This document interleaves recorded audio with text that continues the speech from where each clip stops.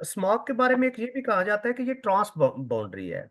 ये वाकई कोई ट्रांस बाउंड्री स्मोग है कि जो नेबरिंग कंट्रीज की तरफ से भी आ रहा है, या ये हमारा रियल इशू है? और अगर लेट से ये ट्रांस बाउंड्री है, तो फिर हम क्या वो हमें इंटरनेशनल कहीं पे मेयर्स लेने हैं, कहीं पे अपील करनी है कि जी जहाँ पे हम इसको ट्रांस बाउंड्री फिर को एक्शन इसके ऊपर लें? There is a data available, हमने भी उसको एनालाइज किया। 30% कंट्रीब्यूशन सीजनल है, स्पेशली हरियाणा की तरफ से। हमारे पास, हमारी तरफ क्रॉप बर्निंग भी होती है, लेकिन वहाँ पे सिग्निफिकेंटली बहुत ज़्यादा होती है। मैं आपके साथ फर्दर भी डेटा बाद में कहेंगे तो ऑफलाइन शेयर कर दूंगा।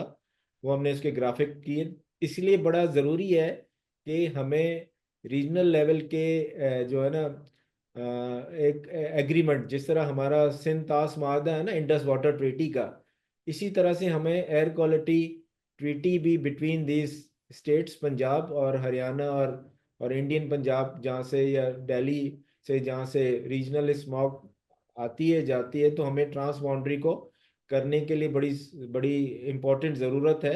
और कोलैबोरेशन के लिए भी, starting from the data sharing. अभी तक तो हमें नेशनल लेवल पे डेटा शेयरिंग का कोई प्रोटोकॉल नहीं है कि कराची में इस वक्त क्या है, इस्लामाबाद में क्या है। तो I think the federal agency can take the lead, और प्रोविंशियल एजेंसीज भी, ताकि वो अपने जो एयर क्वालिटी के मॉनिटरिंग सिस्टम लगा रहे हैं या लगा रहे हैं या लगाने वाले हैं, तो वो एक सेंट्रलाइज डेटाबेस पे सबके पास आने चाहिए, और वो सब उसको देखें कि इस वक्त तो हम जो भी देख रहे हैं, 50 मॉनिटर्स जो लो क्वालिटी के लगे हुए हैं, उसी पे हम देख रहे हैं ना।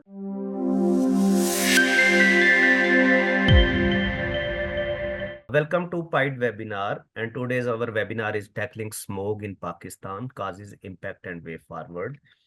और हम सबको पता है कि जी पाकिस्तान इस वक्त स्मोग का एक क्राइसिस फेस कर रहा है, स्पेशली पंजाब, जहाँ पे 13 मिलियन हमारी जिसको कहते हैं 130 मिलियन पॉपुलेशन रह रही है। और आप लाहौर, फैसलाबाद, गुजरांवाला, मुल्तान को देखें तो अब तो स्पेस से भी कहा जा रहा है कि जी पिछले दिनों के जी वहां पे स्मोक एग्जिस्ट कर रही है। और आपने देखा होगा कि हमें स्कूल्स को लॉकडाउन करना पड़ा, पब्लिक ऑफिस को बंद करना पड़ा। So that is a very worse condition के जहाँ पे हम कोविड जैसी सिचुएशन देख रहे हैं। अब हमारे पास आज बड़े डिस्टिंग्विश स्पीकर्स हैं कि जिनका बड़ा वर्सटाइल नॉलेज है। फहद मलिक साहब हैं, लायर हैं, इन्वायरमेंटल लॉज के ऊपर, पॉलिसीज के ऊपर बहुत अच्छी बात कर सकते हैं। Sheikh Ahmad Hassan school of law and LUMS के साथ अटैच है। डॉक्टर जैगम साहब हैं, ही is director lab Pakistan environmental protection agency. और आबिद शाह हुसैनी साहब हैं, आबिद साहब is general manager environment and climate change division, urban unit Lahore. तो welcome you sir in this our webinar. So I started with Abid साहब। आबिद साहब, आप जो कि अर्बन यूनिट में हैं, अर्बन यूनिट का इसके ऊपर काफी काम है और आप इन्वायरमेंट को भी देखते हैं। तो मैं ये चाहूंगा कि आप थोड़ा सा हमें बताएं कि ये स्मोग है क्या, इसके सोर्सेज का है क्या है। बहुत सी कंफ्यूजन भी है, कुछ लोग कहते हैं जी इंडिया से आता है, कुछ कहते हैं एग्रीकल्चर प्रोड्यूस कर रहा है, कुछ कह रहे हैं ट्रांसपोर्ट की वजह से आता है। और ये है क्या, कॉजेज क्या है और इसके एडवर्स इम्पैक्ट क्या है? बहुत से लोग कह रहे हैं कि जब 300 लेवल से ये ऊपर एयर इंडेक्स क्वालिटी जाएगा तो इससे जो ह्यूमन हेल्थ है वो कंप्रोमाइज होगी। और बहुत से लोग कह रहे हैं जी कि जो लाहौर के रहने वाले लोग हैं उनकी लाइफ 7 साल 10 साल कम हो जाएगी। तो आप हमें जरा थोड़ा सा इनरिच करें, फिर हम जैगम साहब से लेंगे क्योंकि कि जी पॉलिसीज के ऊपर उनसे बात करेंगे। जी आप साहब। जी, थैंक यू वेरी मच जी। बहुत बहुत शुक्रिया इनवाइट करने का। और जो भी मेरी हम्बल सबमिशन है, कम से कम ये हम सब अब कॉन्फिडेंस से कह सकते हैं कि स्मॉग या पुअर एयर क्वालिटी एक नेशनल इमरजेंसी के लेवल तक हम पहुंच गए हैं। और everybody recognise that there is a need for doing something. Smog और एयर क्वालिटी, स्मॉग तो विजिबिलिटी के सेंस में हमें कुछ अक्टूबर से फरवरी तक आते हैं, और फिर हम जो है ना वो फिर नॉर्मल मोड में चले जाते हैं, लेकिन एयर क्वालिटी कंटिन्यूसली ख़राब रहती है। अनफॉर्चुनेटली हमारे पास कोई कंक्रीट किस्म की, ना हमारा पाकिस्तान में अगर आप देख लें, कोई एयर क्वालिटी का मॉनिटरिंग रिजीम उस सेंस में नहीं है। अभी रिसेंटली जो है वो कुछ एयर क्वालिटी के इक्विपमेंट या इंस्ट्रूमेंट्स लगने शुरू हुए हैं पंजाब में।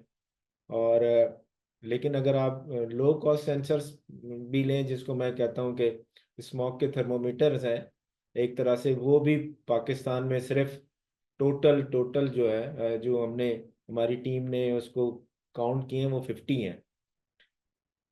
इन सारी चीज़ों को देखते हुए ये चीज़ सामने आई कि हमने फिर इस पर एक एक मैं कहूँगा कि बेसिक सी स्टडी आईपीसीसी की दो तरह की स्टडी की 2 साल पहले। एक थी पोल्यूशन इन्वेंट्री ऑफ लाहौर, और एक हमने की pollution inventory of whole of the Punjab, taking care of the all the districts.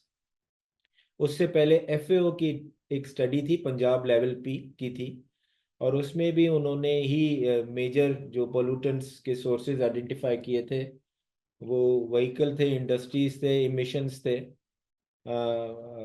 Vehicle भी थी, और इंडस्ट्रीज भी थी, एग्रीकल्चर भी थी, और एनर्जी सेक्टर थे। ये मेजर मेजर थे, उसके नंबर्स आर एवरीवेयर अवेलेबल। लेकिन फिर हमने आईपीसीसी की एक मेथोडोलॉजी को यूज़ करते हुए, जो टीयर 1 की, जो सिर्फ गवर्नमेंट के, क्योंकि ना हमारे पास इक्विपमेंट्स थे ना हमारे पास डिटेल स्टडी हुई थी, हमने टीयर 1 की मेथोडोलॉजी को यूज़ करके लाहौर की पोल्यूशन इन्वेंट्री को किया, और जिसमें जैसे numbers are similar to the ones जो के हैं पिशावर के 85% है, और हमारे 83% है फॉर द ट्रांसपोर्ट। और बाकी नंबर्स भी मैं आपको ब्रॉडली बता देता हूँ। जो है जो पंजाब लेवल पे जो हमने स्टडी की, ट्रांसपोर्ट 39 था, इंडस्ट्री 24 था, एनर्जी 16, और एग्रीकल्चर 11। और जो है ये बेसिकली आप अगर आप देखें लाहौर का भी, लाहौर का 83% है, और उसमें लाहौर का 83% है। सॉरी, मेरे पास एक नंबर है, I don't want to miss the numbers for the transport, and followed by it it अगर आप पेशावर का देखें 84.5 है, क्योंकि हम पाकिस्तान की बात कर रहे हैं। इंडस्ट्रीज 8% है, और वेस्ट बर्निंग 4.3 है। और जो है हमारे पंजाब की, लाहौर की अगर हम देखें, तो हमारी जो है 83.15 है ट्रांसपोर्ट की, और 9% है इंडस्ट्रीज की, और एग्रीकल्चर 3.9। और ट्रांस बाउंड्री जो है हमारी 30% कंट्रीब्यूशन है। तो ये हमारी जो है ना बेसिकली ये कंट्रीब्यूशन लेवल है। इस पर ये हमारा इसके इम्पैक्ट्स क्या होते हैं? सबसे बड़े इम्पैक्ट्स तो हेल्थ के इम्पैक्ट्स हैं। If you just look at the various numbers के नंबर ऑफ लोग जो हॉस्पिटल्स में गए हुए हैं और जो जाते रहे, वो बहुत ज़्यादा एग्जॉबरेटेड नंबर्स हैं। मैं आपको वो नंबर्स भी बता सकता हूँ एक्शन, हाँ। और लेकिन इसके साथ साथ जो मोस्ट इम्पॉर्टेंट चीज़ ये है कि हमारी अगर आप सिर्फ इंडस्ट्रीज को सर देख लें, हमारी इंडस्ट्रीज जो है ना वो 68% इंडस्ट्रीज सिटी बाउंड्री में, और 20% 20 किलोमीटर में है, और 10% इंडस्ट्रीज जो है ना वो सिर्फ डेजिग्नेटेड एरिया में है। तो ये वो सारे फैक्टर्स हैं जो एक्चुअली कंट्रीब्यूट कर रहे हैं। हम ये कह सकते हैं कि लाहौर की जो है ना वो 83 नहीं होगी, वो 70 होगी, लेकिन फिर भी एग्जॉबरेंटली हाई हैं हमारे नंबर्स, जो कि नेशनल इन्वायरमेंटल क्वालिटी स्टैंडर्ड्स हैं या जो होने चाहिए थे। अब आप सिर्फ देखेंगे इम्पैक्ट ऑन हेल्थ में, हमारे हॉस्पिटल एडमिशन्स जो हैं पंजाब या लाहौर के 20 से 30% हैं रेस्पिरेटरी इशू की वजह से, ड्यूरिंग स्मोक का जो सीज़न होता है जिसको हम फिफ्थ सीज़न कहते हैं। और 15% जो है ना बच्चे स्मोक की वजह से दाखिल हुए हैं। और जो है ना हर लोग तकरीबन 500 लोग सिंगल डे में हॉस्पिटलाइज हो रहे हैं। और पेडियाट्रिक पेशेंट्स हैं वो 50% हैं। अगर आप यूनिवर्सिटी ऑफ शिकागो जो हेल्थ जो लाइफ एक्सपेक्टेंसी पूरी दुनिया में कैलकुलेट करता है, उसने भी लाहौर का 5 तकरीबन 4.5 से 5 साल हमारी उम्र कम हो रही है। तो इससे ज़्यादा कोई चीज़ डिक्लेयर नहीं कर सकते। It's a kind of a national emergency smog. Similarly, क्योंकि हमें लाहौर में इतना ज़्यादा, सॉरी, कराची में, हैदराबाद में तो कोई सेंसर नहीं है, ना लाड़काना में, ना सक्कर में है, ना कोयटा में है, तो हमें बाकी शहरों का पता ही नहीं है। अगर वैसे अगर सिर्फ हम देख लें कि 90% of the population of Pakistan is living above the national standards of air quality. So I submit my case here, sir. अभी साहब ये बताइएगा कि 68% हमारी इंडस्ट्री शहरों के अंदर रह रही है। उसके अलावा आप देखें, इसके मल्टीपल रीजंस हैं। स्पेशली आप देखें क्या हमारे शहर रेडी हैं। बीजिंग को अगर आप देखें 2011 से 16 में बड़ी कंक्रीट पॉलिसी लेके आए, इंडस्ट्री को रीलोकेट किया, अपनी अर्बन पॉलिसी को रिवाइज किया, ट्रांसपोर्टेशन पॉलिसी को रिवाइज किया। लंदन में अगर आप जाते हैं, जब 1952 में स्मोग आता है तो वहां पे 10 साल उनको लगे। तो क्या हम उस तरफ जा रहे हैं, एक होता है कि पॉलिसी पर्सपेक्टिव में, या हम जस्ट एक छोटे छोटे कह लें कि वो मेजर्स ले रहे हैं कि जिस टेम्पोरेरी, जिस तरह हमने कहा कि चले कुछ आर्टिफिशियल बारिश के थ्रू इसको खत्म कर दे। तो हम क्या कर रहे हैं इस वक्त? हम बेसिकली देखें ना, मैं अपना एक प्रोफेशनल ओपिनियन यहाँ देना चाहूँगा। You can see lot of activities at the policy front जो कि गवर्नमेंट करी, specially in Punjab, because of the leadership of the government and more sensitivity यहाँ पर जो गवर्नमेंट एंटिटीज हैं, सिविल सोसाइटी, उसकी वजह से तो आ रहे हैं कि एक पॉलिसी भी बनी है, क्लीन पॉलिसी भी बनी है, क्लीन एक्शन प्लान बना भी है, दूसरा 10 ईयर्स का भी प्लान है। अगर आप यहाँ पे देखें तो जुडिशरी भी बहुत एक्टिव है। जस्टिस शाहिद करीम हर हफ्ते 2 दफ़ा स्मॉग पर लेते हैं। एक वाटर एंड एनवायरनमेंट का कमीशन भी है। लेकिन I will see all these knee jerk reactions के हमने स्कूल बंद कर देते हैं या बेसिकली चीज़ें, लेकिन ये इतना सिंपल नहीं है। और हमें जो है ना इसको ज़्यादा होलिस्टिकली और इंटीग्रेटेड वे में लेना। फॉर एग्जांपल, अभी हमने इंडस्ट्रीज का सर्वे कंप्लीट किया है इन लाहौर डिवीजन, जहाँ पे अभी मैं बाहर निकालने की तो बात ही नहीं करता ना। हम ये कहते हैं कि यहाँ पर 7,000 इंडस्ट्रीज हैं, और जो जहाँ पर तकरीबन 700 बॉयलर्स हैं। ऐसी इंडस्ट्रीज हैं जिसमें बॉयलर्स हैं। बॉयलर्स मीन्स के वो they use various fuels for that. अब उसमें सिर्फ तकरीबन कोई 70 में एनवायरमेंटल कंट्रोल मेजर्स लगे हुए हैं, but still we don't know कि एनवायरमेंटल कंट्रोल मेजर्स जो हैं वो कितने इफेक्टिव हैं। So there is a huge gap in regulation as well as the monitoring of these industries. तो पहला पहला फोकस होना चाहिए हमारा कि हमें ट्रांसपोर्ट तो देख ही रहे हैं, लेकिन हमें इंडस्ट्रीज को के जो इमिशन कंट्रोल्स हैं, क्योंकि पॉल्यूटर पेज प्रिंसिपल होना चाहिए। They are profit maximising agencies, और वो दे आर ईटिंग अवे मेरे 5 साल या फ्यूचर जनरेशन के 6 साल, वो दे आर ईटिंग अवे। सो और हम सारा फोकस ब्रिक लिंक्स पर कर रहे हैं, तो वो भी बड़ी अच्छी बात है। ब्रिकलिन्स को देखा भी जा रहा है जिगजैग पर, लेकिन उनकी कंट्रीब्यूशन भी तो देख लें ना, और इंडस्ट्रीज की कंट्रीब्यूशन भी देख लें। तो I think environmental control measures जो हैं वो should be the first thing. Second जो चीज़ मुझे हमने ऑब्जर्व की अभी भी, जब मॉनिटरिंग में हमने देखा कि हमने चीज़ों को कुछ बंद भी किया गया था, लेकिन there was a quite a lot of local area पे जो एनवायरमेंटल के जो इम्पैक्ट्स थे वो कंस्ट्रक्शन प्रोजेक्ट्स कर रहे थे, because there was a total failure of environmental management plan and their implementation. So that's leads us to, क्योंकि हमने वहाँ पे मॉनिटर भी किया और हमने देखा कि लोकल लेवल पे वो because of there is no environmental management plan in place, and वहाँ पे HSE भी नहीं हो रही थी और डस्ट भी हो रही थी। तो there was a 2 to 3 times peaks हो रही थी वहाँ पर लोकली। तो इसमें इन्वायरमेंटल जो जो there is no system, voluntary system है ना अभी हमारा।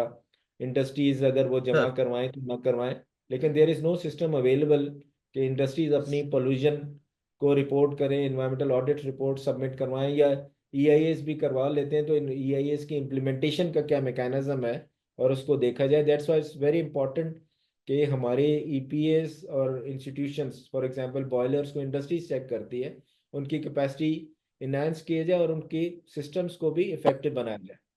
Over to you. Thank you. Thank you doctor Zaigham साहब, वेलकम यू। जैगम साहब, आप इन्वायरमेंट प्रोटेक्शन एजेंसी में, मैं उसी सवाल पे आता हूँ जो मैं हुसैनी साहब को कर रहा था। देखिए, स्मोक तो है, दिस इज रियल फैक्ट। हम माने, अब तो हम सारे रियलाइज कर रहे हैं, हम रियलाइज कर रहे हैं कि इसके इन्वायरमेंटल इम्पैक्ट क्या है, इकोनॉमिक इम्पैक्ट क्या है, और कि दूसरी कॉस्ट हमारे ऊपर कितनी है। दुनिया में जब भी स्मोक आया है तो एक कंप्रिहेंसिव पॉलिसी ऑप्ट की गई है, और वो पॉलिसी इंडस्ट्री में भी थी कि जहाँ पे क्लीन टेक्नोलॉजी लाएगी, जिसने इमिशंस को कम किया। इंडस्ट्री को चाइना में आप देखें तो रीलोकेट किया गया, सिटीज से बाहर किया गया। एनर्जी के अंदर रिफॉर्म्स लेके आए कि फॉर एग्जांपल इस वक्त भी जो हमारी जो पेट्रोल है, डीजल है, वो इंटरनेशनल यूरो स्टैंडर्ड के मुताबिक नहीं। इवन इंडिया ने इसके ऊपर काफी काम किया। ट्रांसपोर्टेशन के अंदर पॉलिसीज लेके आए कि जहाँ पे उन्होंने ईवीज को आप देखें। अर्बन प्लानिंग अपनी अलाइन की कि जहाँ पे एनर्जी एफिशिएंसी हो, सिटीज के अंदर स्पेस हो, power generation, municipality, waste management. तो आप चूंकि नेशनल इन्वायरमेंटल एजेंसी में हैं, हमने एक नेशनल इन्वायरमेंटल क्वालिटी स्टैंडर्ड्स भी कुछ बनाए थे, 3 साल पहले बनाए। आप हमें बताएं कि ये क्या हम इसको इम्प्लीमेंट कर पा रहे हैं या नहीं कर पा रहे। एक और चैलेंज आया है, और वो 18th कॉन्स्टिट्यूशनल अमेंडमेंट है, कि जहाँ पे अब हमें शायद ये भी देखना होगा कि फेडरल गवर्नमेंट का रोल क्या है और प्रोविंसेस का रोल क्या है, और हम किस तरीके से ये एग्रीकल्चर के अंदर, ट्रांसपोर्टेशन के अंदर, अर्बनाइजेशन के अंदर ये इंटरवेंशन कर सकते हैं। जैगम साहब please. Hey, thank you, Dr. Shuja sir. First of all, organizing this important webinar on smog.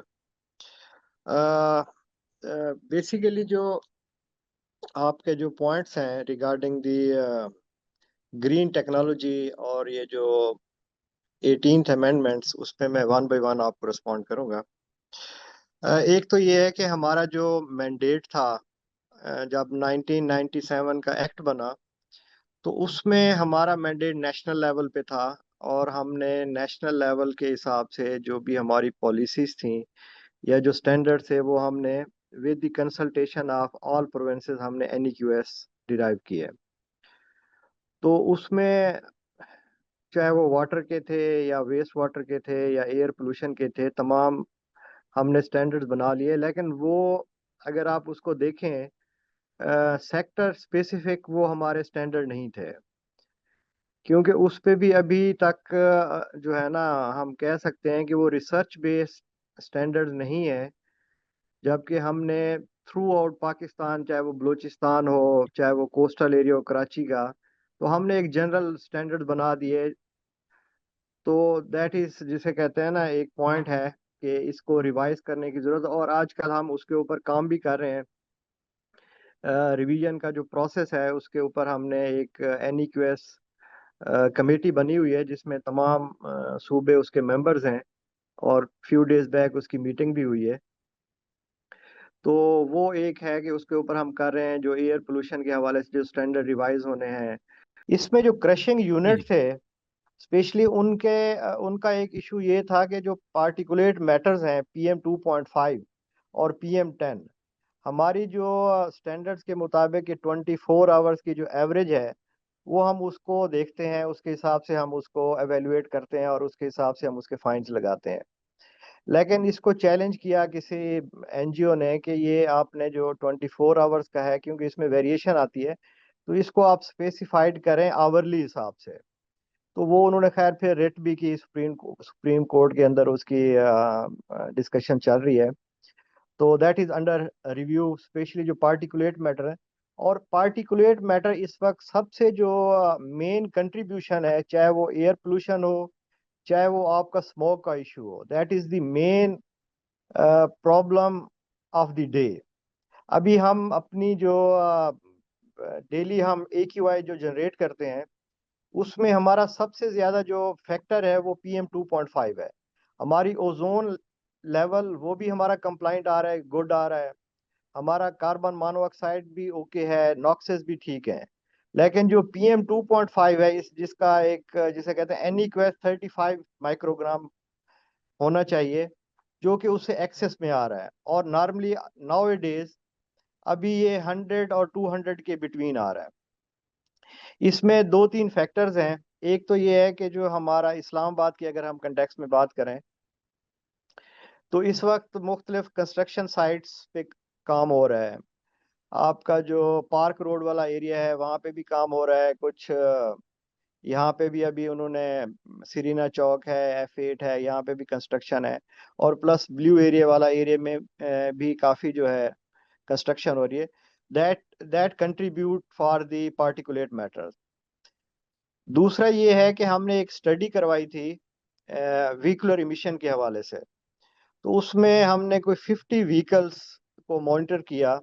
उसमें से 38 जो व्हीकल थी वो बियॉन्ड द लिमिट थी, जो हमारे नेशनल इन्वायरमेंटल क्वालिटी स्टैंडर्ड है, जिसमें हम तीन एलिमेंट चेक करते हैं। हम स्मोक चेक करते हैं through Ringelmann, plus carbon monoxide, plus noise.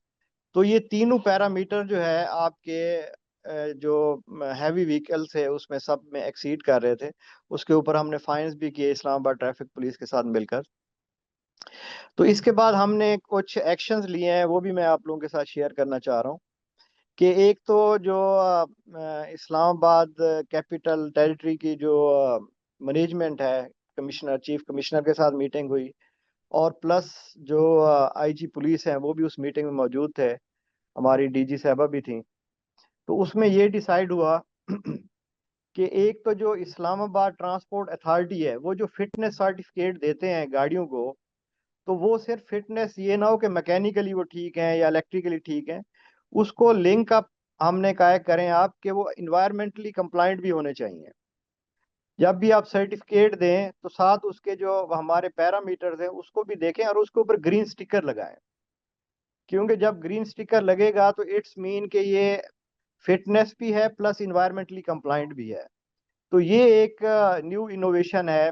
अगर हम as a starter Pakistan Islamabad में स्टार्ट कर देते हैं तो it can be replicate throughout, दूसरे सूबों में भी ये जा सकता है। नंबर वन ये हमने किया है। दूसरा एक हमने एक्शन लिया है स्टील इंडस्ट्रीज के हवाले से। इस वक्त जो इस्लामाबाद में 6 स्टील इंडस्ट्रीज हैं I9 I10 में, उसके ऊपर हमने अबेटमेंट टेक्नोलॉजी लगाई है और हमने बैग फिल्टर वहाँ पे इंस्टॉल किए हैं।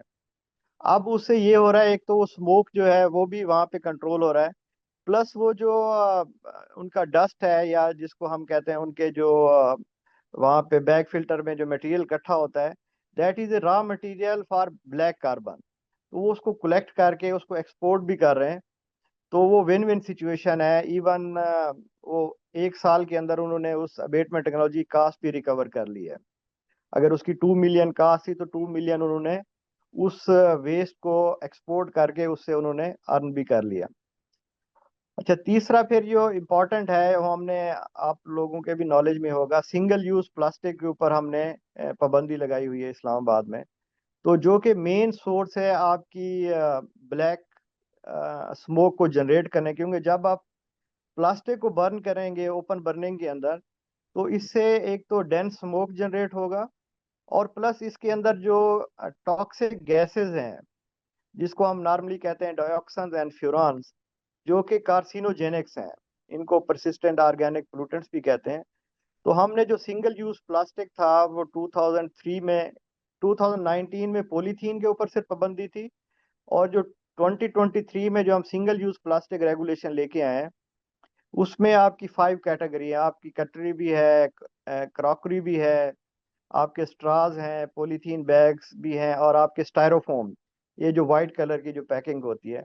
और यही कॉमन वेस्ट आप देखेंगे मुख्तलिफ पार्क के अंदर, मुख्तलिफ पब्लिक प्लेसेस के अंदर, ये सिंगल यूज प्लास्टिक जो है ना आपको ज़्यादा नज़र आता है। और इसके ऊपर इम्प्लीमेंटेशन भी हम कर रहे हैं, टीमें भी बनी हुई हैं, हम कन्फिस्केट भी करते हैं, हम जुर्माने भी करते हैं। ये हमने एक ये भी ऑन गोइंग एक्टिविटीज़ है।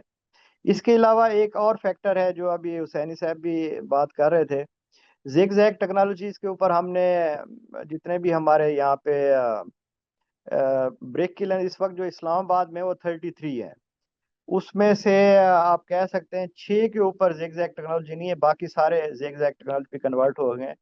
और वो भी जिसे कहते हैं कंट्रोल मेजर्स हैं, उसका स्मोक भी ठीक है, प्लस वो एनर्जी एफिशिएंट भी है। तो ये चीज़ें हैं। इसके अलावा हम अवेयरनेस के ऊपर भी काफ़ी काम कर रहे हैं, स्कूलों में, कॉलेजेस में, यूनिवर्सिटीज़ में। इसके इन्वायरमेंटल इम्पैक्ट्स क्या हैं, इसकी जो कास्ट एनालिसिस है वो भी विद जीडीपी भी हमने कोई कैलकुलेट की है। पिछले दिनों हमें कोई क्वेश्चन भी एक आया था असेंबली से। तो ये कुछ अपडेट्स हैं जो मैंने आपके साथ शेयर। और प्लस जो जी आपका जी। पॉइंट था 18th अमेंडमेंट। 18th अमेंडमेंट में सर ये हुआ कि 2010-11 में फिर तमाम सूबों ने अपने एक्ट्स बना लिए हैं।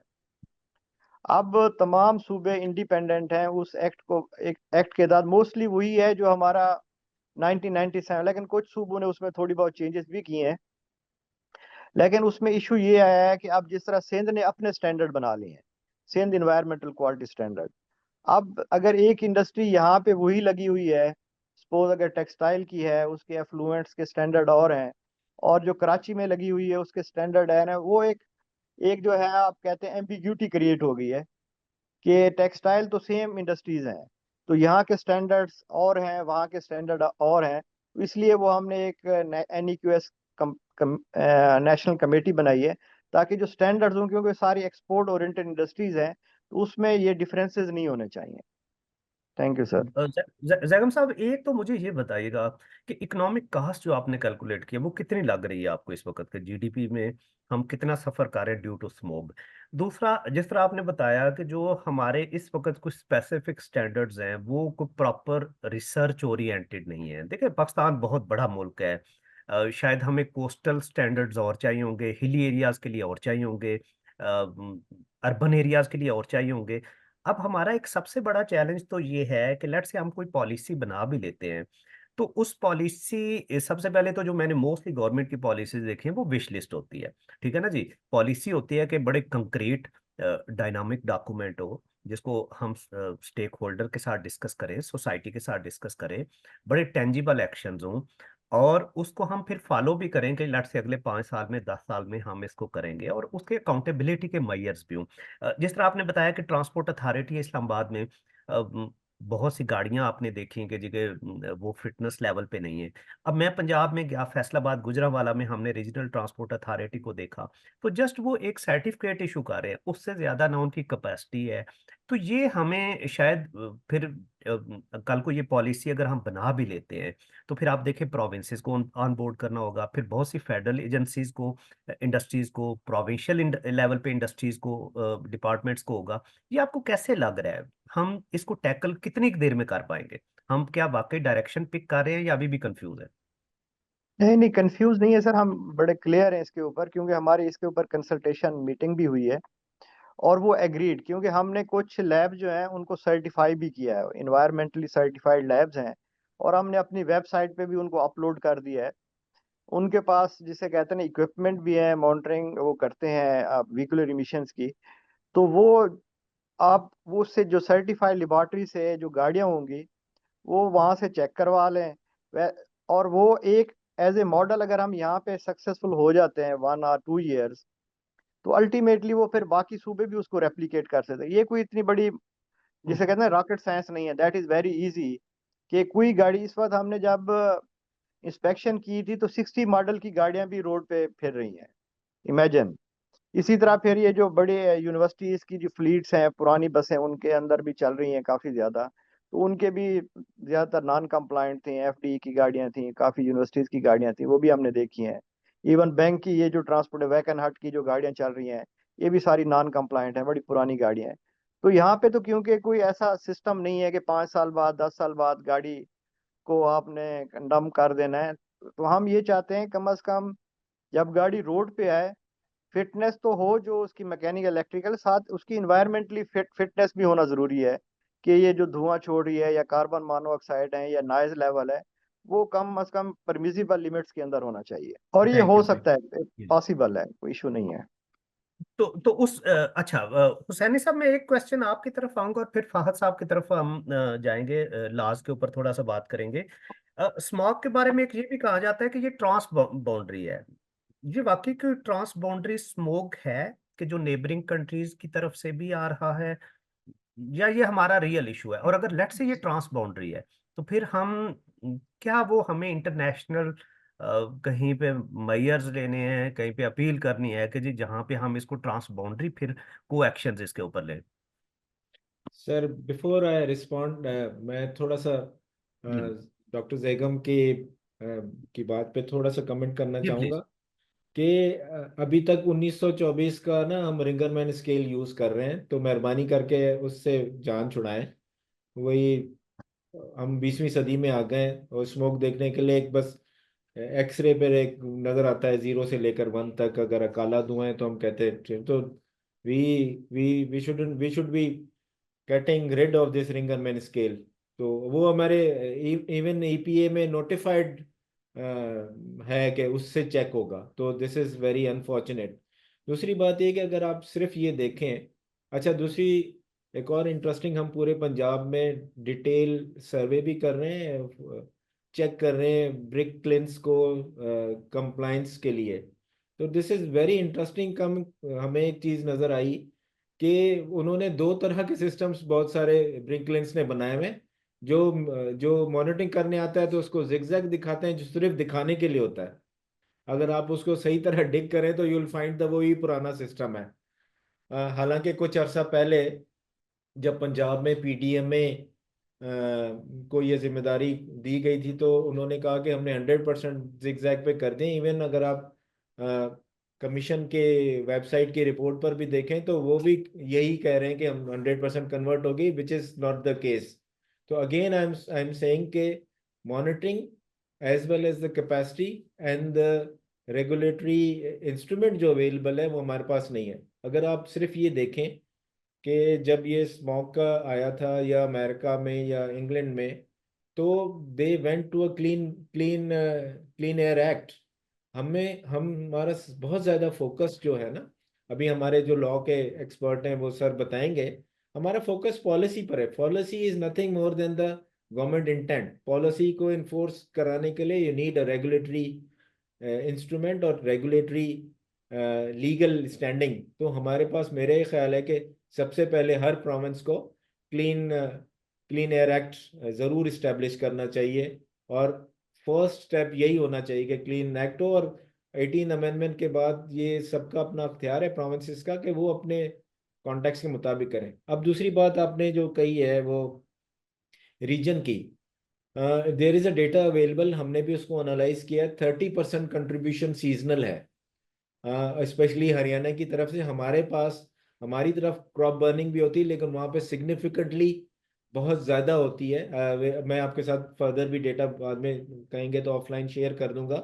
वो हमने इसके ग्राफिक किए। इसलिए बड़ा ज़रूरी है कि हमें रीजनल लेवल के जो है ना एक एग्रीमेंट, जिस तरह हमारा सिंध तास माहदा है ना इंडस वाटर ट्रीटी का, इसी तरह से हमें एयर क्वालिटी ट्रीटी भी बिटवीन दीज स्टेट्स, पंजाब और हरियाणा और इंडियन पंजाब जहाँ से, या दिल्ली से जहाँ से रीजनल स्मॉग आती है जाती है, तो हमें ट्रांस बाउंड्री को करने के लिए बड़ी बड़ी इम्पोर्टेंट ज़रूरत है। और कोलाबोरेशन के लिए भी starting from the data sharing.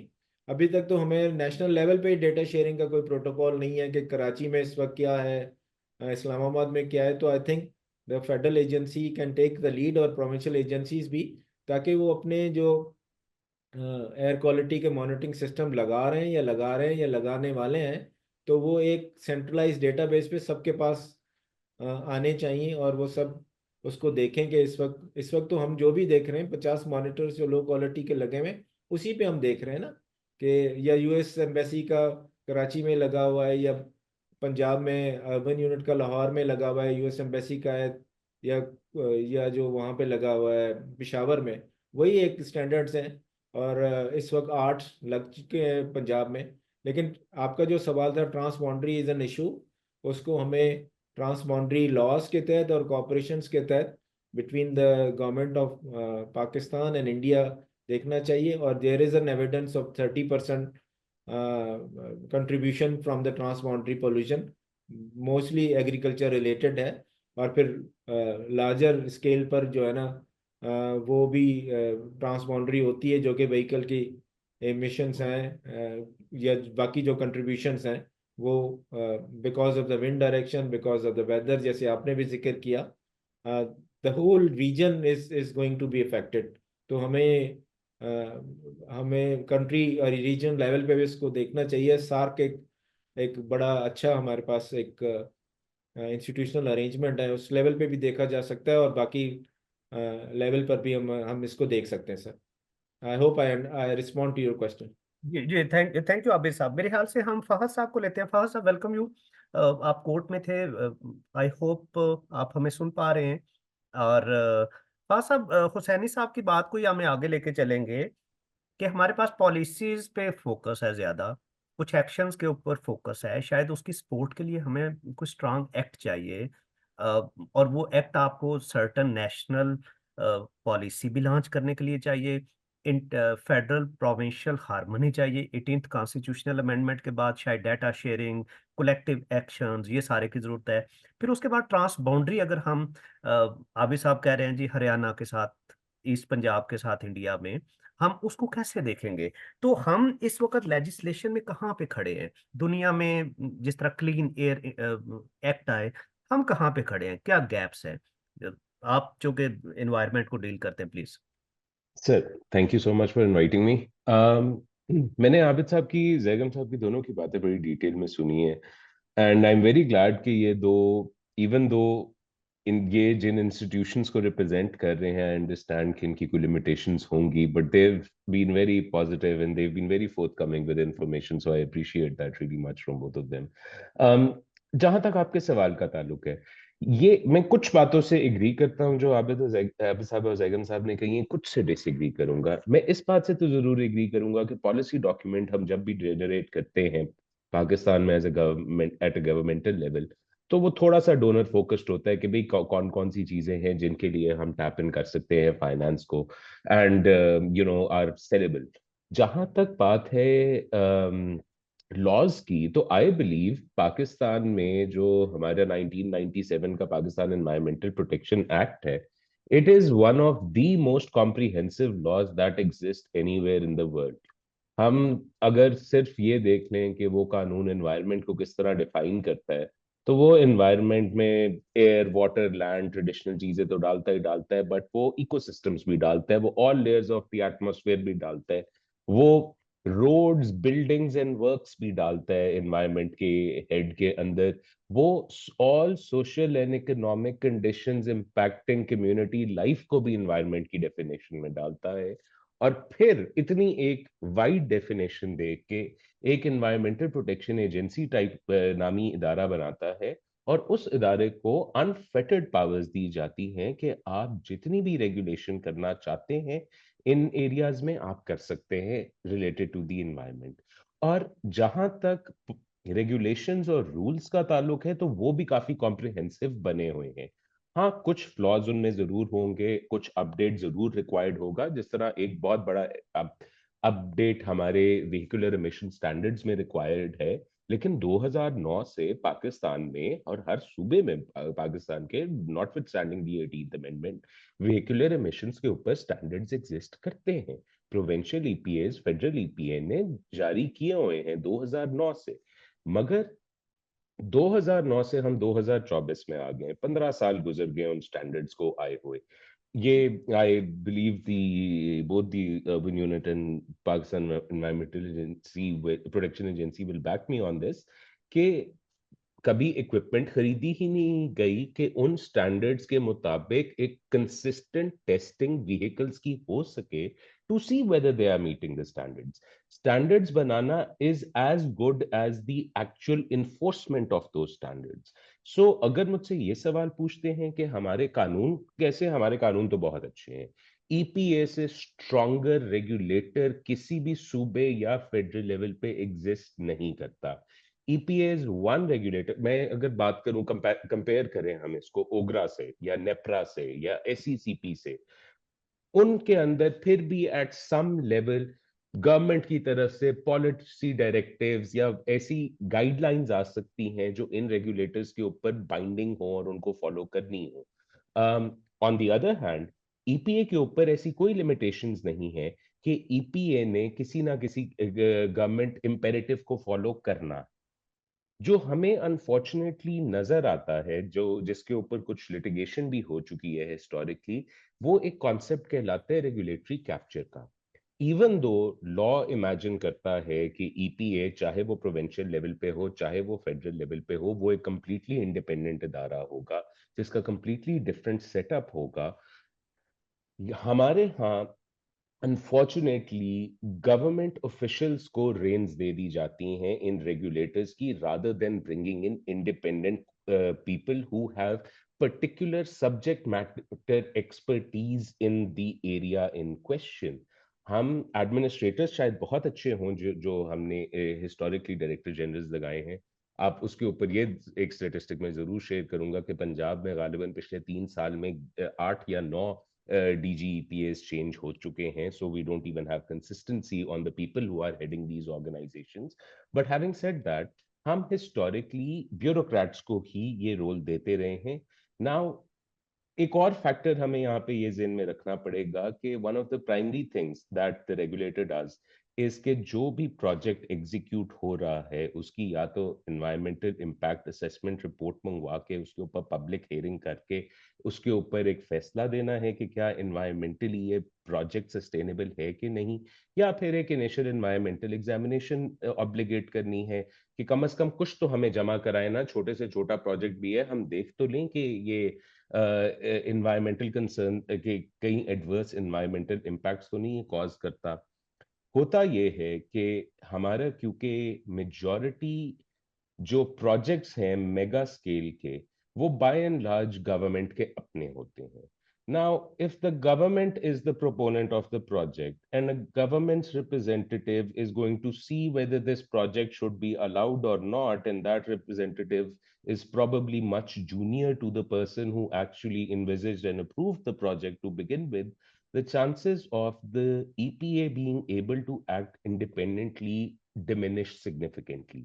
इसको हम लीगल टर्म्स में कॉन्सेप्ट को कहते हैं रेगुलेटरी कैप्चर का, जहां पे जिसने रेगुलेट होना है वही अपने आप को रेगुलेट भी कर रहा है।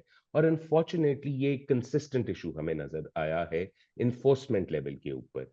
एंड अगेन, ये इदारे स्टैट्यूटोरली जितने मर्जी स्ट्रांग हों, अगर इनकी कैपेसिटी बिल्डिंग नहीं की जाएगी कि अपने कवानीन, अपने रूल्स एंड रेगुलेशंस जो बनाए हैं उनकी इन्फोर्समेंट, उनकी मॉनिटरिंग, उनकी इवैल्यूएशन कर सके, तब तक ये जितने मर्जी हम डॉक्यूमेंट जनरेट कर लें, चाहे वो बाइंडिंग स्टैट्यूटरी इंस्ट्रूमेंट्स हो एनवायरमेंटल प्रोटेक्शन एक्ट्स की फॉर्म में, या रूल्स एंड रेगुलेशंस जो उनके इन कवानीन के तहत बनाए गए हैं, they will be immaterial, they will be just words on a piece of paper. आप ऑब्लिगेट कर दें कि हर किसी ने हेलमेट पहननी है और कभी किसी को ना पहनने पे चालान ना करें तो कोई नहीं पहनेगा। अगर आप ऑब्लिगेट कर दें सीट बेल्ट या मोबाइल ना इस्तेमाल करना और कभी उसको इन्फोर्स करने की कोशिश ना करें तो कोई भी उनको फॉलो नहीं करेगा। अनफॉर्चुनेटली सबसे बड़ा इशू हमें इस एंड पे नजर आता है। जब प्रोसेसेस EIAs IEs के किए भी जाते हैं, EIA अगर कोई रिपोर्ट अप्रूव की भी जाती है और उसमें लिमिटेशंस दी जाती हैं कि जी ये कंडीशंस हैं जो आपको मीट करनी पड़ेंगी, उन कंडीशंस को फिर मॉनिटर करने के लिए कोई मैकेनिज्म एग्जिस्ट नहीं करता कि हमने EIA का एक कंडीशनल अप्रूवल दिया कि भाई आपका ये प्रोजेक्ट हमें नजर आ रहा है प्रॉब्लमैटिक होगा, ये हमारी रिकमेंडेशंस हैं, बाइंडिंग रिकमेंडेशंस हैं जो आपने फॉलो करनी है to limit any damage that will be caused। लेकिन अगर उसकी भी कोई इवैल्यूएशन और इन्फोर्समेंट नहीं है तो अगेन वो प्रोसेस रिडंडेंट है। पंजाब में जो एक प्रोजेक्ट स्टैंड आउट करता है, where you can see regulatory capture in full force, वो है Ravi riverfront urban development project, RUDA जिसको नॉर्मली कहा जाता है, which is a project which is being conducted over 107,000 acres of land, जिसमें गवर्नमेंट का अपना डेटा कहते हैं 78,000 acres are prime agricultural land। ये मैं कोट कर रहा हूँ exact phrase, prime agricultural land. और उस 1,07,000 एकड़ को पूरे को कॉन्क्रेटाइज करने का प्लान है। It's couched in very beautiful words कि जी हम स्मार्ट सिटीज बनाएंगे, ग्रीन सिटीज बनाएंगे, it will be, they will be sustainable, etcetera etcetera. But as far as the EIA report, which is a legal requirement कि जब भी आप ऐसा प्रोजेक्ट कर रहे हैं जिसके एडवर्स एनवायरमेंटल इम्पैक्ट्स हो सकते हैं, तो आपने उसकी एक एनवायरमेंटल इम्पैक्ट असेसमेंट करानी है, उस पर एक पब्लिक हियरिंग होनी है, उसमें ऑब्जेक्शंस आनी है और उन ऑब्जेक्शंस के ऊपर डिसीजन देनी है ईपीए ने। वो EIA रिपोर्ट इटसेल्फ कहती है कि there will be huge biodiversity loss, there will be significant adverse environmental impacts जिनको किसी भी तरह मिटिगेट नहीं किया जा सकता। तो EIA रिपोर्ट खुद कहती है कि जी बाय एंड लार्ज मैं इन इश्यूज को मिटिगेट करने की कोई रिकमेंडेशन नहीं दे सकती। That is what the report itself states. वो report I believe within a period of 1 week from the holding of the public hearing on that EIA approve कर दी गई थी विद वेरी लिमिटेड कंडीशंस के जी इसमें जो आप mini projects करेंगे उनके लिए आप सेपरेट EIA फाइल करेंगे, लेकिन बाय एंड लार्ज आपका ये प्रोजेक्ट 1,07,000 कुछ एकड़ के ऊपर अप्रूव्ड है। सो this is where you see this regulatory capture actually functioning, because उस वक्त प्राइम मिनिस्टर्स जाके इनॉग्रेट कर रहे थे, प्रोजेक्ट की ग्राउंड ब्रेकिंग कर रहे थे even before the EIA had been conducted. Now how can we expect कि एक प्रोजेक्ट जो प्राइम मिनिस्टर ने जाके इनॉग्रेट किया है उसकी pending EIA headed by an authority which primarily comprises federal government, Pakistan Administrative Services officials will be able to act independently। और इसमें मैं बिल्कुल भी उन ऑफिशियल्स के ऊपर कोई किसी किस्म की नेगेटिव एक्सप्रेशन नहीं कास्ट कर रहा, बट वो स्ट्रक्चर जिसके अंदर वो ऑपरेट कर रहे हैं वो स्ट्रक्चर इस नौयत का है कि उनकी इंडिपेंडेंस हमेशा कॉम्प्रोमाइज्ड होगी।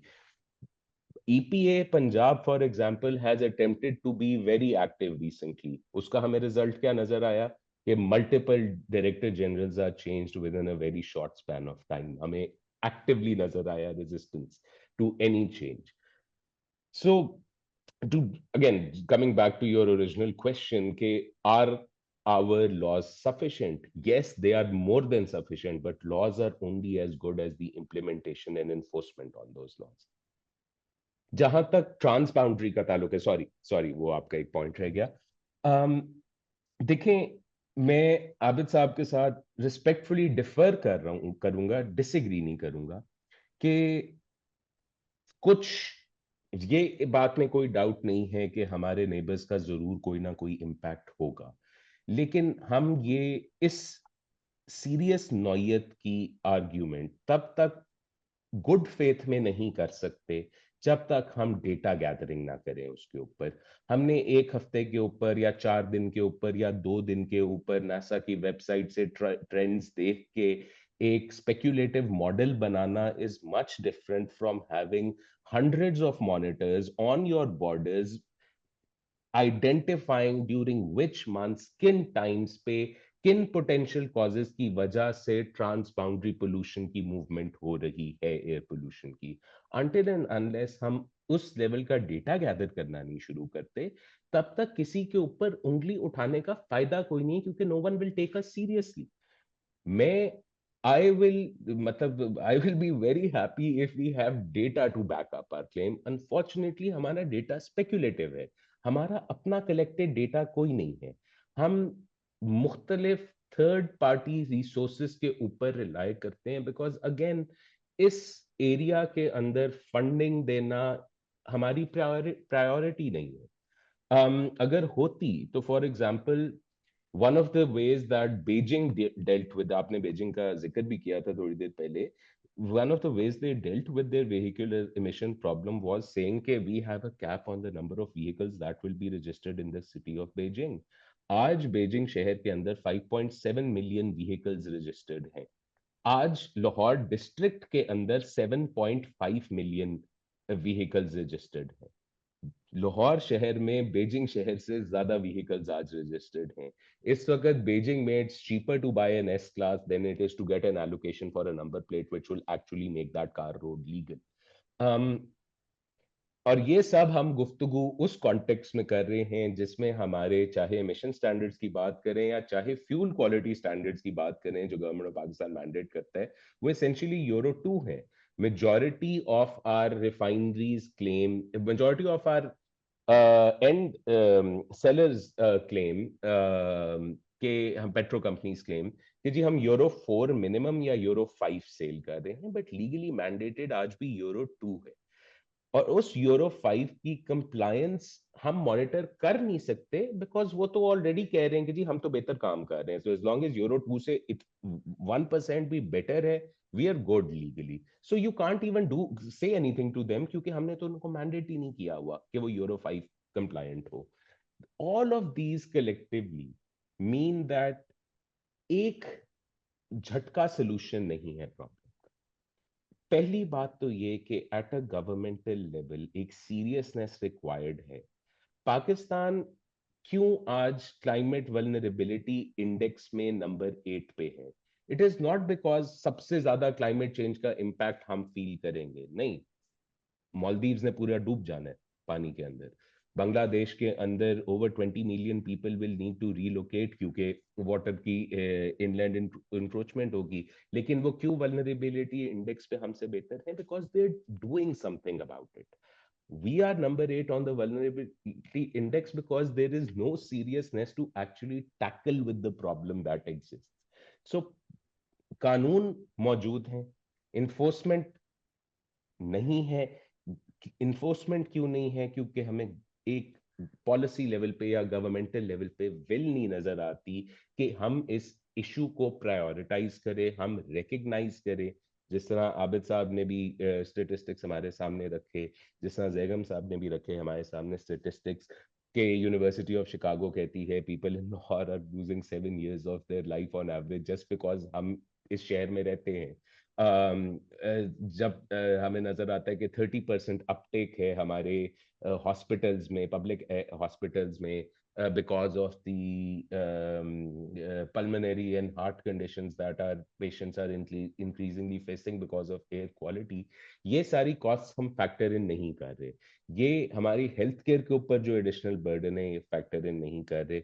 And we are not recognizing कि this problem will only get worse in the coming years। बेहतरी नहीं आनी है इसके अंदर। तो काफी लंबी रैंट हो गई है। सो थैंक यू फाखर साहब। मेरे ख्याल से हम हम्म। क्वेश्चंस की तरफ जाते हैं, क्योंकि हमारे काफी पार्टिसिपेंट्स हैं, वेट कर रहे हैं। जो मुझे फील हो रहा है, एक तो हमारा डाटा बड़ा इशू है। हमारे पास वो उस लेवल का डाटा नहीं है जो हमें चाहिए। हमारे पास उस लेवल की रिसर्च नहीं अवेलेबल कि जो हमें एक प्रोफेशनली रीजनल लेवल के ऊपर एक अच्छा एनालिसिस दे। सर मैं कुछ तो अगर ऐड करना जी चाहूंगा, प्लीज, जी if you please, allow me sir for. जी प्लीज, जी आबिद जी साहब। जी फहद साहब, मैं आपको रिबर्टल नहीं दे रहा, जस्ट मैं कुछ अपनी एक्सपीरियंस, हमने लॉज का भी रिव्यू किया था, बहुत कॉम्प्रिहेंसिव है, लेकिन हम समझते हैं being a student of environmental management और इन्वायरमेंट की सेक्टर के, हम समझते हैं कि हमारे लॉज में सर कुछ जो है ना बेहतरी की बड़ी गुंजाइश है। फॉर एग्जांपल मैं आपको दो इंस्ट्रूमेंट्स बताता हूँ, और मैं आपको कहता हूँ कि आईपीपी के जो लगे हुए हैं ना पावर हाउसेस, इंडिविजुअली उनकी ये करवा लें और उनकी कलेक्टिव करवा लें, बहुत मेजर फर्क आएगा। तो हमारे पास ना स्ट्रेटेजिक एनवायरमेंटल असेसमेंट का टूल है, हमारे लॉ ने अलाउ किया है। अब आप कहेंगे कि रूल्स में बना लें, लेकिन वो रूल्स में क्यों बनाए? दूसरा है स्ट्रेटेजिक एनवायरमेंटल असेसमेंट और कम्युनिटी, ये दोनों जो है ना काइंड ऑफ मिसिंग है। दूसरा सर, अभी तक हमारे लॉ में लिखा हुआ है और रूल्स में लिखा हुआ है कि इंडस्ट्रियल रिपोर्टिंग है वो वॉलंटरी है। मतलब हम जब लॉ में लिखते हैं ना कि ये मैंडेटरी है एनवायरमेंटल ऑडिट्स, तो nobody can bend up the rules. So आपने तो कहा है कि हम बड़ी एहतियात से काम ले रहे हैं, मैं तो कोई एहतियात से काम नहीं ले रहा सर, मैं तो अपना प्रोफेशनल जजमेंट दे रहा हूँ।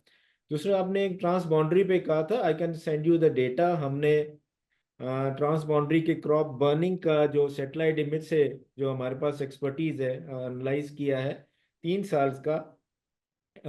पंजाब पाकिस्तान का, इंडियन की 3 स्टेट्स पंजाब हरियाणा चंडीगढ़, तो सिग्निफिकेंटली अगर 30% है तो 25% की कंट्रीब्यूशन वहां से आ रही है। So that's gives an, what my suggestion was कि ट्रांस बाउंड्री को एज एन इशू या एक वे फॉरवर्ड जरूर इंटरनेशनल लेवल पे लिया जाए। ट्रांस बाउंड्रीज लॉज भी हैं, जब हम पढ़ने गए थे तो हमें पढ़ाया भी गया था कि ट्रांस बाउंड्रीज लॉज भी हैं। ट्रांस बाउंड्री पॉल्यूशन है, जब मुख्तलिफ कंट्रीज में ये इश्यूज आता है। तो जिस तरह हमारे पास ट्रांस बाउंड्री वाटर की का भी इंडस बेसिन ट्रीटी बड़ा अच्छा एग्जाम्पल है, why can't we have discussion on that. So बस मेरी सिर्फ ये सजेशन थी। और to be on focus, specialised laws भी बड़े ज़रूरी हैं। तो ईपीए एक्ट की मौजूदगी में अमेरिका में भी, इंग्लैंड में भी, they have a clean air act. तो मेरी सिर्फ ये सबमिशन थी सर। जी थैंक यू आबिद साहब। मेरे ख्याल से हम कुछ क्वेश्चंस लेते हैं।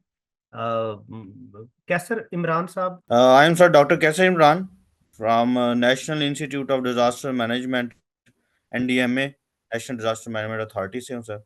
ऑब्वियसली हम भी इसके ऊपर काम कर रहे हैं, थ्रू सैटेलाइट मॉनिटरिंग कर रहे हैं एयर पोल्यूशन की, AQI की। बट ऑब्वियसली जितनी भी डिस्कशन हुई सर, उसमें अपार्ट फ्रॉम दैट के हर चीज़ किसी न किसी हद तक मौजूद है। तो मेरा क्वेश्चन यही है, चूँकि मैं खुद भी ऐसे इदारे से हूँ, तो जो मैं भी फुकदान देखता हूँ वो हमारी पॉलिटिकल विल और इम्प्लीमेंटेशन के अंदर है। कि जो लेट्स सपोज जैसा सर बता रहे थे अभी, उसके अंदर गुंजाइश भी है। मैं चूंकि मेरी सर PhD भी इन्वायरमेंट साइंसेज है चाइना से, तो चाइना ने किस तरीके से इसको स्मोक को या एयर क्वालिटी को इम्प्रूव किया है, उसकी मेन कोल कंबस्टन उन्होंने उसको बैन किया और मीनवाइल उनके ई व्हीकल्स के ऊपर चले गए। तो अगर one of the best example देखें तो वो चाइना है, UK लंदन है, लॉस एंजलिस है, ठीक है, कैलिफोर्निया है। तो इसके अंदर हमें जो, मेरा क्वेश्चन यही है कि हमें इसके ऊपर जो अवेलेबिलिटी है कि लॉज की, जो पीपा 1997 है, एटलीस्ट उसको ही इम्प्लीमेंट कर दिया जाए, ठीक है, या जो हमारी इन्वायरमेंट प्रोटेक्शन एजेंसी है। फिर दूसरा सर जो डाटा का इशू है, आप कभी भी अच्छा डिसीजन नहीं ले सकेंगे जबकि आपके पास एक एक्यूरेट डाटा नहीं होएगा। अगर आपको डाटा बता रहा है कि आपकी 2000 AQI है और आपके जो मैयर्स हैं वो 200 के अकॉर्डिंग है, और जबकि आपकी वैल्यू 500 है और आपके मैयर्स 2000 के अकॉर्डिंग है, तो ये जो जैसे US कॉन्सुलेट की AQI आई और मीनवाइल EPA की AQI आई, तो उसके अंदर भी काफ़ी कन्फ्लिक्ट्स है।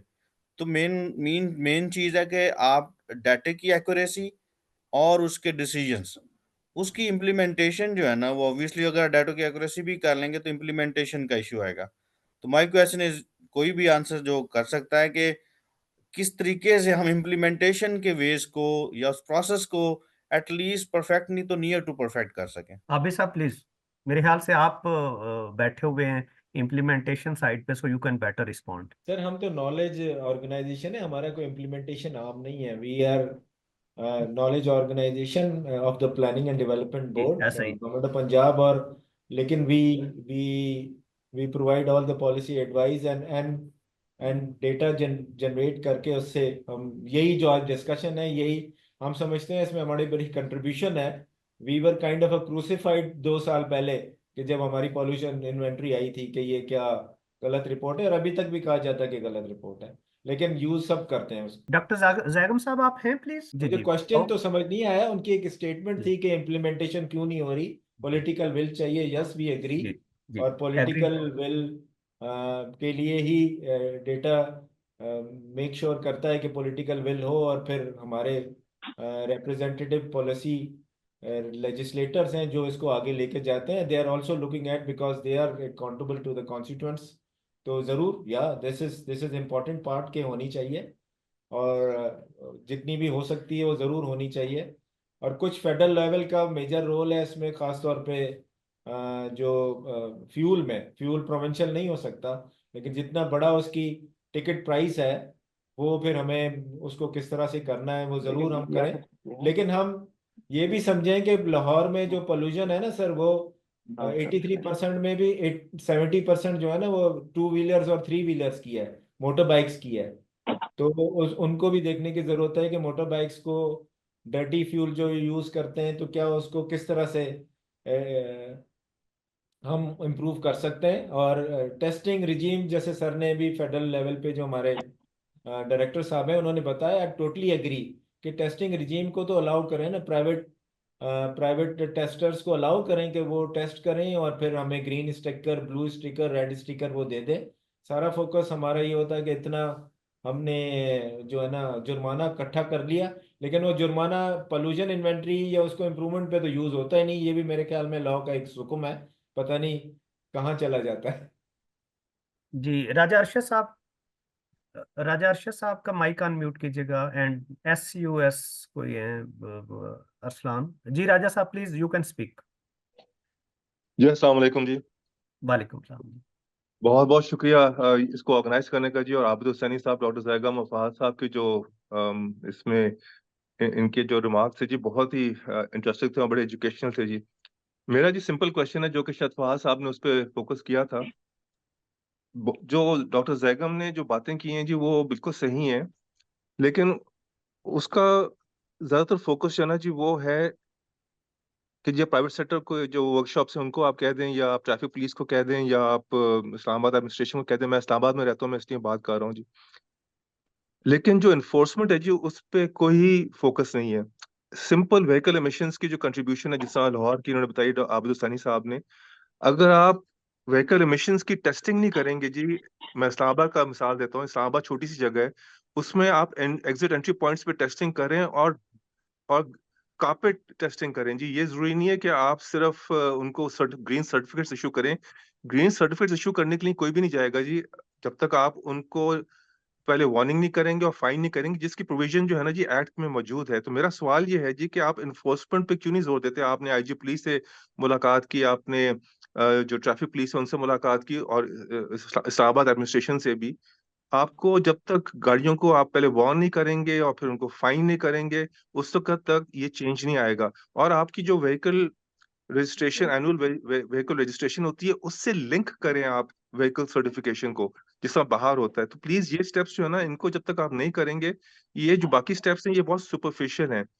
और इसमें एक चीज मैं आपको प्लीज कहना चाहूंगा, वो ये है कि वर्कशॉप्स को प्लीज बहुत क्लोजली सर्टिफाई करने की जरूरत है। अदरवाइज बाहर गुड प्रैक्टिसेस है, मैंने खुद भी इसमें काफी बाहर स्टडी किया हुआ है, आपको भी पता होगा। वर्कशॉप्स को अगर आप सही तरीके से नहीं सर्टिफाई करेंगे, तो वो वर्कशॉप्स वाले इसको एज अ परवर्स इंसेंटिव लेते हैं, और वो अगर गाड़ी सही भी होगी उसमें भी कोई ना कोई वो नुक्स निकाल देंगे, कहेंगे जी इसको आपने ठीक करवाना है। तो प्लीज इसको बहुत ही स्ट्रिक्ट तरीके से रेगुलेट करने की जरूरत है।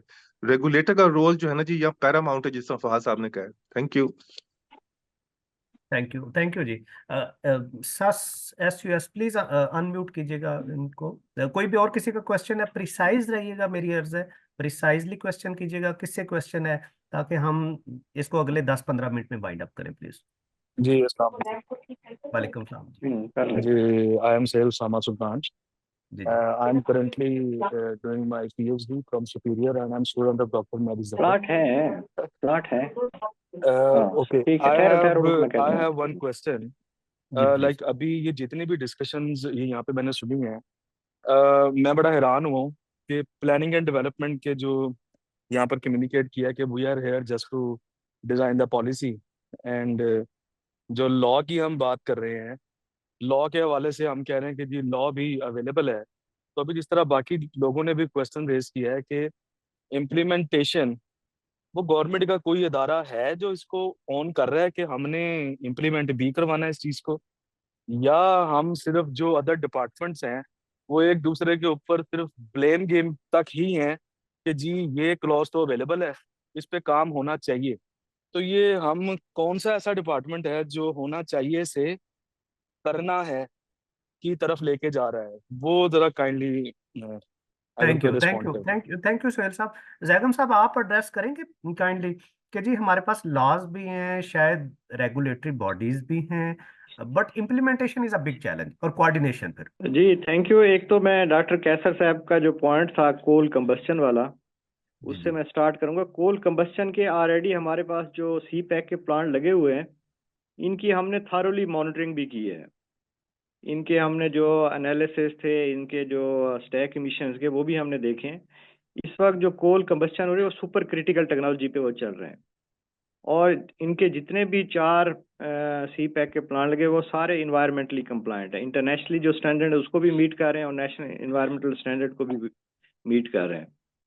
दूसरा इनका पॉइंट था ई-व्हीकल्स के। ई-व्हीकल्स के ऊपर ऑलरेडी जो गवर्नमेंट की पॉलिसी है कि 2030 तक हमारी तमाम व्हीकल 30% जो है ना ई-व्हीकल्स पे चली जाएंगे।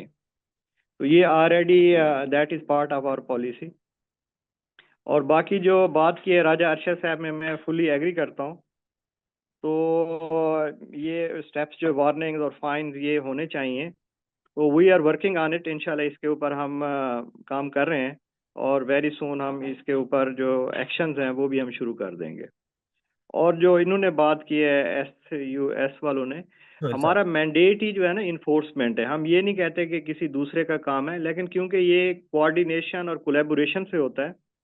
फॉर एग्जांपल अगर हमने व्हीकुलर इमिशंस करनी है तो हमें इस्लामाबाद ट्रैफिक पुलिस के साथ कोऑर्डिनेट और कोलैबोरेशन के साथ हमने जाके उसको स्टॉप करना है या उसकी मॉनिटरिंग करनी है। तो बाकी mandate already that is very clear कि पाकिस्तान एनवायरनमेंटल प्रोटेक्शन एजेंसी ने जो भी उसके स्टैंडर्ड्स हैं, क्योंकि हमारा जो मैंडेट है हमने स्टैंडर्ड्स को कंप्लाई कराना है। जो नेशनल एनवायरनमेंटल स्टैंडर्ड हैं, चाहे वो एयर पोल्यूशन के हवाले से हैं, चाहे वेस्ट वाटर है या नॉइस पोल्यूशन है, दैट इज़ आवर मैंडेट। और ये हम नहीं कहते कि ये दूसरे के ऊपर हम बक ट्रांसफ़र करें। तो that is the only responsibility of Pakistan environmental protection agency, जो कि हम कर रहे हैं। उसमें काफ़ी लेवल पर हम कंप्लाइंस हैं, लेकिन कुछ एरियाज हैं जिसके ऊपर अभी हम वीक फुटिंग पे हैं, लेकिन इंशाल्लाह we will achieve this target. Thank you जी। Doctor Fauzia please. Sir thank you.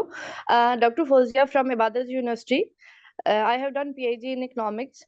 Sir मेरा क्वेश्चन ये है कि हम बात तो कर रहे हैं, हम कह रहे हैं कि हमें एक क्लीन इन्वायरमेंट चाहिए, पोल्यूशन नहीं होने चाहिए, और पॉलिसीज आज से पहले भी एकेडमिया के आप रिसर्चर्स को देखें, इन्वायरमेंटल जो है इकोनॉमिक्स और इसमें कितने लोग PhDs कर चुके हैं, लेकिन मुझे कहीं पे भी आज तक पॉलिसीज तो दी जा रही हैं। इवन जो इनिशियल डाटा है, पास डाटा यूटिलाइज भी जहाँ जहाँ अवेलेबल है किया जा रहा है, लेकिन इम्प्लीमेंटेशन के हवाले से कभी मैंने कोई ऐसा नहीं देखा कि हमने कभी कोई ऐसी सेमिनार अटेंड किया हो या ऐसी कॉन्फ्रेंस हुई हो जिसमें ये दिखाया जाए कि कहाँ कहाँ इम्प्लीमेंटेशन हुई है और कौन सी टीम इस पे काम कर रही है जो कि फोकस कर रही है, क्योंकि एक इशू के मल्टीपल इंडिकेटर्स हैं और आप जब तक उन सारे इंडिकेटर्स को रीइंफोर्स नहीं करते, बार बार उन इंडिकेटर्स पे काम नहीं करते, तो आप इशू रिजॉल्व नहीं कर सकते। तो एक इन्वायरमेंटल इशू को अगर हम लेके चल रहे हैं और उसको अगर हम पॉलिसी से ज्यादा, जब अगर पॉलिसी तो हमारे पास अभी जैसे बहुत सारे कंट्रीज हैं जो कि इस प्रॉब्लम को सॉल्व भी कर चुके हैं और काफी हद तक उन्होंने इम्प्लीमेंटेशन की हैं, हम उन एग्जाम्पल को भी कोट कर सकते हैं, हम अवेयरनेस भी दे सकते हैं। सोशल मीडिया हम बाकी चीजों के लिए यूज करते हैं, लेकिन क्या हम इन्वायरमेंटल अवेयरनेस की इम्प्लीमेंटेशन इस लेवल का इंडिकेटर एक सेट नहीं अचीव कर सकते? तो ये रीइंफोर्समेंट कैसे आएगी और कैसे, क्या कोई इस पे बाकायदा प्रोजेक्ट्स है, टीम बनाई जा रही है जो कि टीम जिसमें एकेडमिया के लोग हों, जिसमें प्लानिंग के लोग हों और वो काम कर रही हो अपने अपने लेवल पे, ताकि इसके तमाम इंडिकेटर्स को मर्ज किया जाए? क्या ऐसी इम्प्लीमेंटेशन हो रही है या हो सकती है, और अगर होगी तो कितना अरसा लग सकता है? जी thank you doctor Fauzia. Doctor Faisal आप भी क्वेश्चन कर लें। राजा अरशद आप भी प्लीज कंसाइज रहिएगा, I think you earlier speak, और फिर हम एक ही दफा इसको फिर आंसर ले लेते हैं। फैसल। जी थैंक यू डॉक्टर साहब।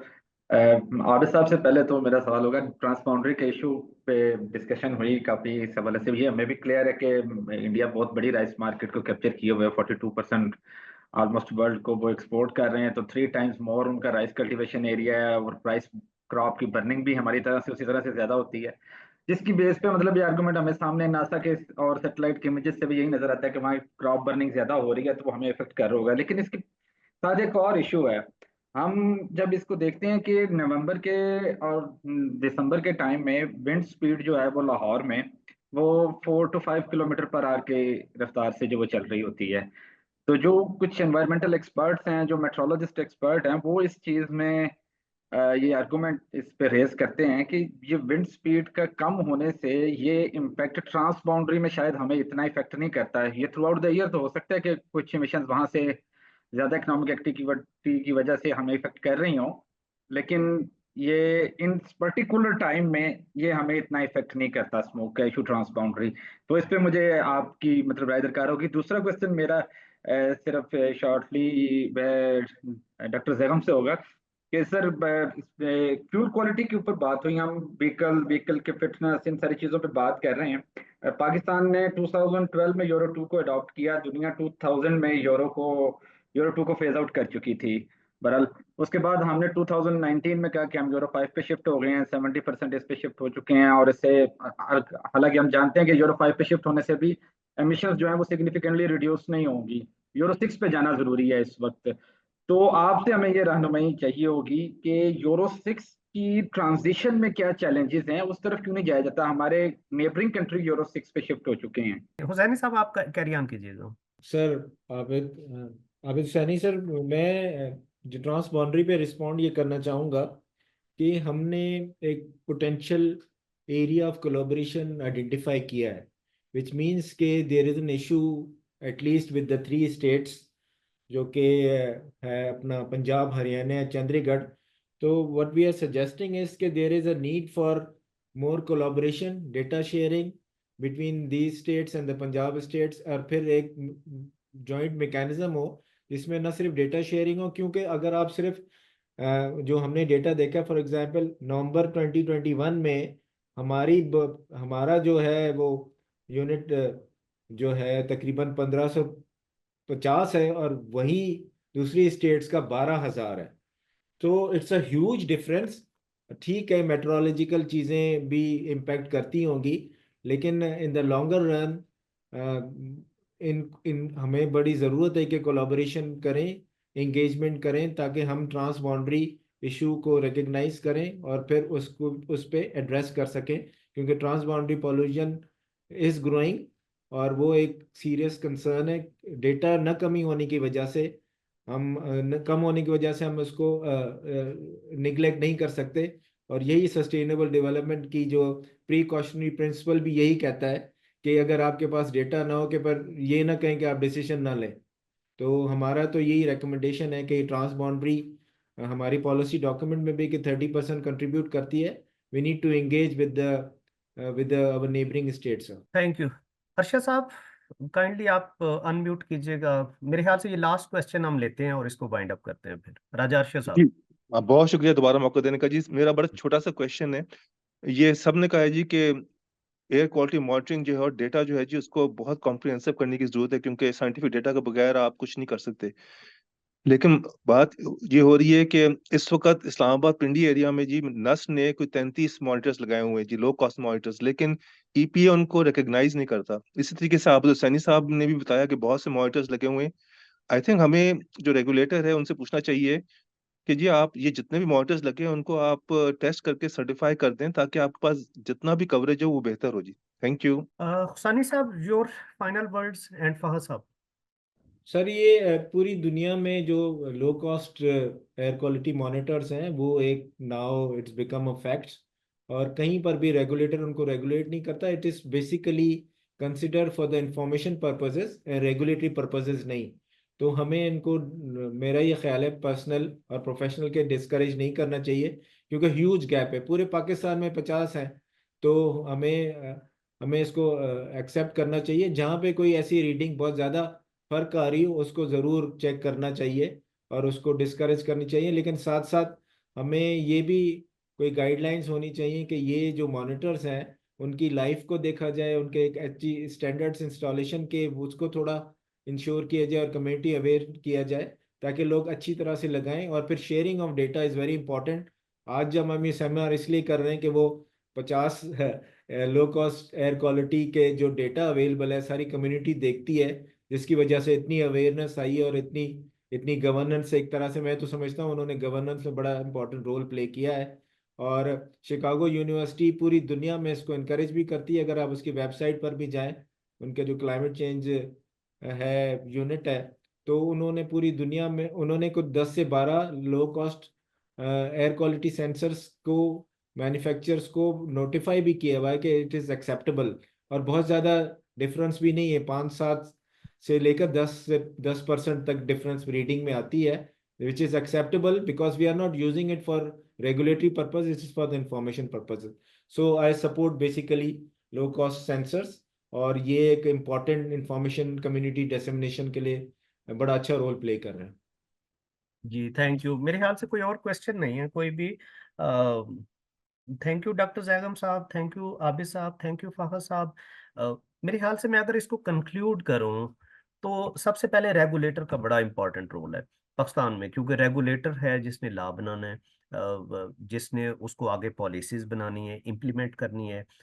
पाइड ने बहुत ज़्यादा काम किया रेगुलेशंस के ऊपर, और आप देखें कि हमारी शायद रेगुलेशन एक सबसे बड़ी रीज़न है जिससे स्लज क्रिएट हो रही है कि हमारे बिजनेसेस ग्रो नहीं कर रहे। आप एनर्जी के अंदर देखें तो हमारी एनर्जी की कॉस्ट बहुत हाई है। हमने शायद उसके अंदर रेगुलेशंस लेके आए, डिस्कोज लेके आए, और अनफॉर्चुनेटली वो आज तक हम उसको कंक्लूड नहीं कर पाए कि एक एफिशिएंट एनर्जी, क्लीन एनर्जी और लो कास्ट के ऊपर लेके जाएं। बिजनेसेस की तरफ आए तो एक बिल्डिंग बनाने के लिए शायद आपको 4-4 साल लग जाते हैं कि आपको एनओसीज चाहिए होते हैं 20 इदारों से, 30 इदारों से। तो शायद मेरे ख्याल से इसी तरीके से अगर हम पोल्यूशन के अंदर देखें तो यहाँ पे बताया गया है कि जी हमारी प्राइम एग्रीकल्चर लैंड इस वक्त सिटीज के अंदर जा रही है। तो आप देखें जो दुनिया है वो जब पॉपुलेशन फैलती है तो वो हॉरिजेंटल से वर्टिकल की तरफ जाते हैं। तो शायद हम तो अभी भी स्लम्स क्रिएट कर रहे हैं। ईवीज देख लें, चाइना के अंदर 43% पेनिट्रेशन हो गई है। शायद अभी भी हम कंफ्यूज हैं कि हम वो स्टैंडर्ड्स नहीं ला पाए कि जिससे हम मार्केट के अंदर एक हेल्दी कंपटीशन क्रिएट करें। और हमारा सबसे बड़ा एक प्रॉब्लम जो जैगम साहब और हुसैनी साहब है कि जो रेगुलेटर्स है, रेगुलेटर्स का रोल होता है एक अंपायर की तरह कि उसने रूल्स बनाने हैं और फिर उसने उसको मॉनिटर करना है।